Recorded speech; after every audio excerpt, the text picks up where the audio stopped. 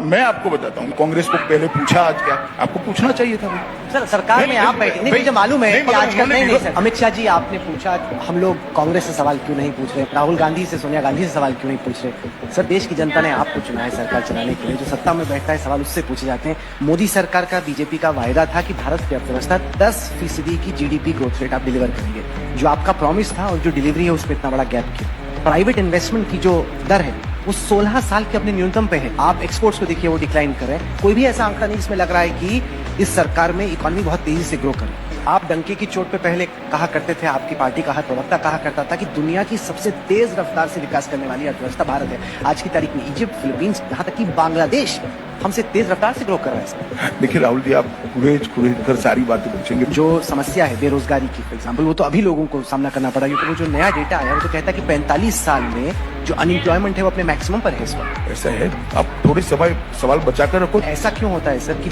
जिन लोगों के खिलाफ इन्वेस्टिगेशन हो रहा है वो लोग हैं जो कि बीजेपी के विरोध में खड़े हैं। महिलाओं के खिलाफ अपराध की घटनाएं हो रही हैं, कि जहां पर सब कुछ स्पष्ट हो वहां पर एक महिला को बार बार उसी बलात्कार का सामना न करना पड़े। आप मुझे इतने सवाल पूछ रहे हो भाई, कांग्रेस को क्या चाल चरित्र चेहरे की जरूरत नहीं है? आप कांग्रेस पार्टी को क्यों इतना सॉफ्ट हो जाती है आपकी चैनल? मेरी तो समझ में नहीं, पूरे दिन में कभी भी एक भी सवाल नहीं पूछा, फिर आपके सवाल की लिस्ट में वो आएंगे नहीं, कहीं पर भी सवाल नहीं। बता दो, चलो मैं मेरी बात वापस लेने के लिए तैयार, या तो आप फिर स्वीकार कर लो। नहीं मैं बताता हूँ ना, देश की जनता आपसे उम्मीद रखती है, इसलिए आपको देश की जनता हमसे, पार्टी विद द डिफरेंस आप हैं, इसलिए सवाल आपसे पूछे जाएंगे कि आप भी कांग्रेस से कड़े सवाल करो।